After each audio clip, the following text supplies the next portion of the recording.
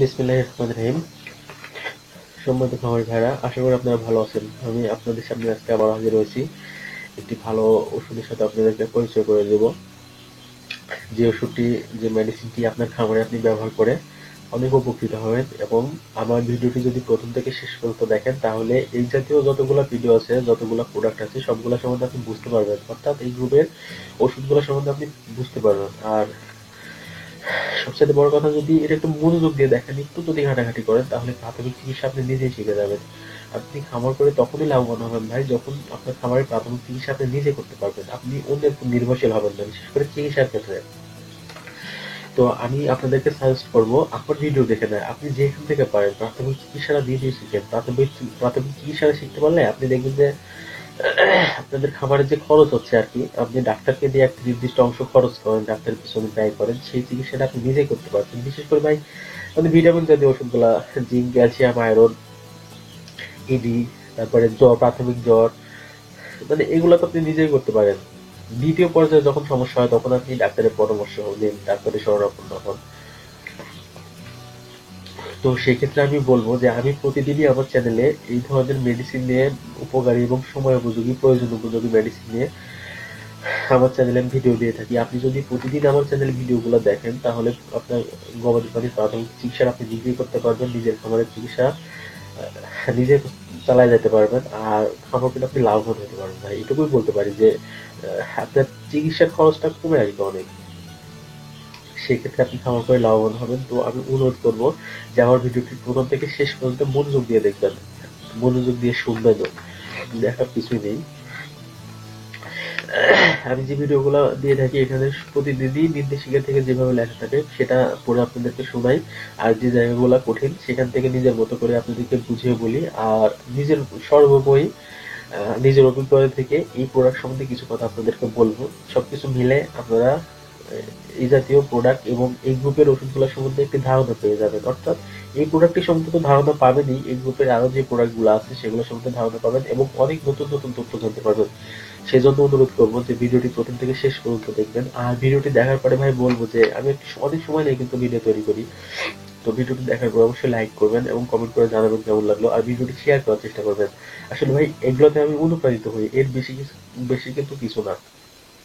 আমি আমি আপনাদের জন্য কষ্ট করে 1-1.5 ঘন্টা ব্যয় করছি, আর আপনারা একটি কষ্ট করে লাইক দিতে পারবেন না।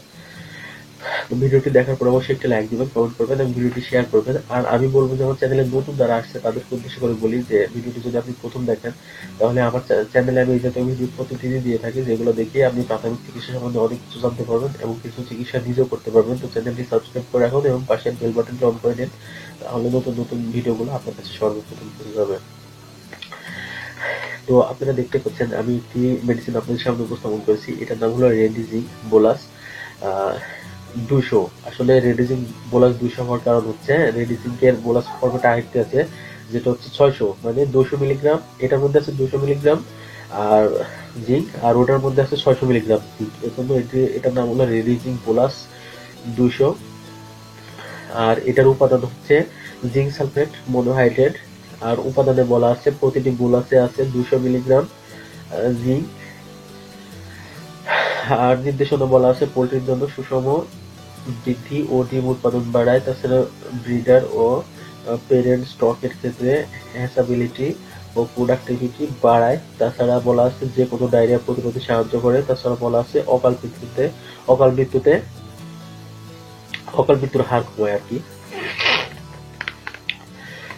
আর গবাদি পশুর ক্ষেত্রে আপনি এটি ব্যবহার করতে পারবেন পুরা রোগের ক্ষত দূর করতে, তাছাড়া ষাঁড়ের দৈহিক প্রজনন ক্ষমতা বৃদ্ধি করতে, তাছাড়া দৈহিক ওজন বাড়ানোর জন্য ব্যবহার করতে পারবেন, তাছাড়া যে কোনো ডায়রিয়া প্রতিরোধে ব্যবহার করতে পারবেন। এটা বড় প্রাণীর ক্ষেত্রে, আর আগেরটা বললাম পোল্ট্রির ক্ষেত্রে। আর এটার প্রয়োগ মাত্রা প্রয়োগ বিধি যেভাবে বলা আছে, গবাদি পশুর জন্য 100 কেজি দৈহিক ওজনের জন্য একটি বোলাস 3 থেকে 5 দিন।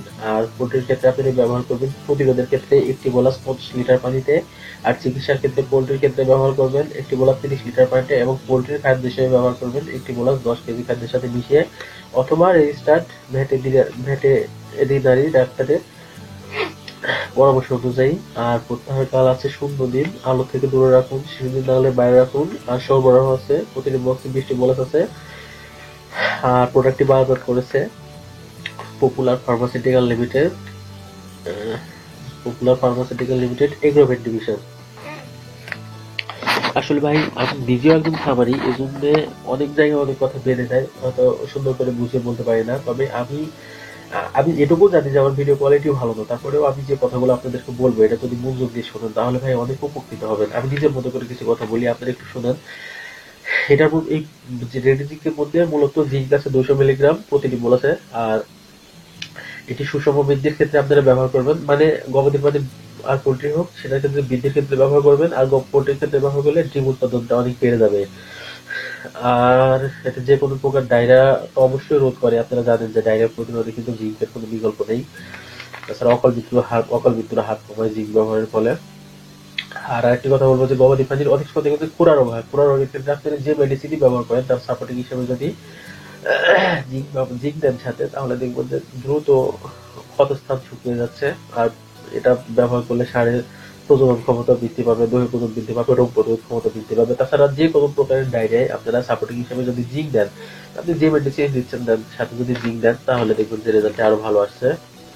আর এটির প্রয়োগ মাত্রার কথা যেহেতু বলবো, গবাদি পশুর জন্য বড় মানে 100 কেজি পানির জন্য একটি বোলাস, এটা আপনারা যদি 100 কেজি পানির জন্য একটি বোলাস ব্যবহার করেন তাহলে বোলাসটা অবশ্যই বিকেলে খাওয়াবেন, তাহলে আরো বেটার রেজাল্ট পাবেন। আর যারা বিকেলে খাওয়াতে চাচ্ছেন না অথবা একটি বোলাস একবারে খাওয়াতে চান না, তাদেরকে বলবো যে সকালে অর্ধেক এবং বিকালে অর্ধেক। তবে একটি বোলাস যদি যারা খাওয়াবেন তারা অবশ্যই সকালে খাওয়াবেন না, বিকালে খাওয়াবেন, যেমন ব্যক্তিগত পরামর্শ, তাহলে বেটার রেজাল্ট আসে।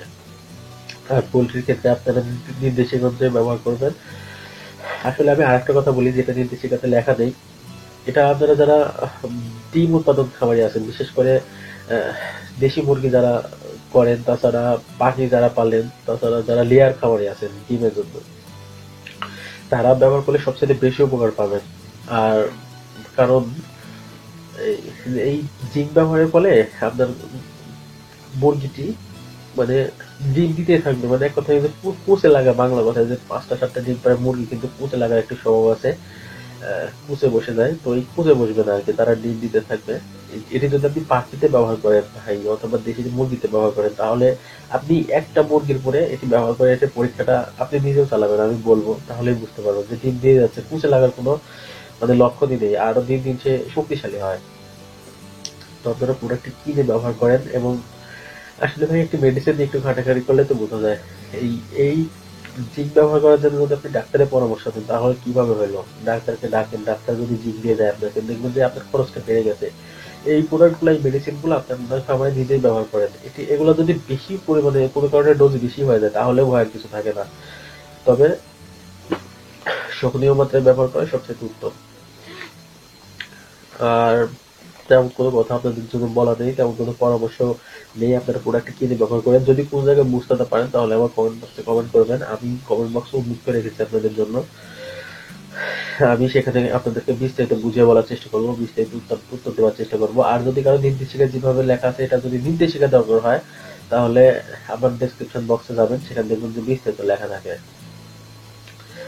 তো আপনারা অন্তত যারা বড় খামারি আছেন তারা এগুলো 1 বক্স 2 বক্স কিনে ব্যবহার করেন, আর যারা ছোট খামারি আছেন তারা 1 পিস 2 পিস 1 পাতা 2 পাতা কিনে ব্যবহার করে, তাহলে এর উপকারিতা বুঝতে পারবেন।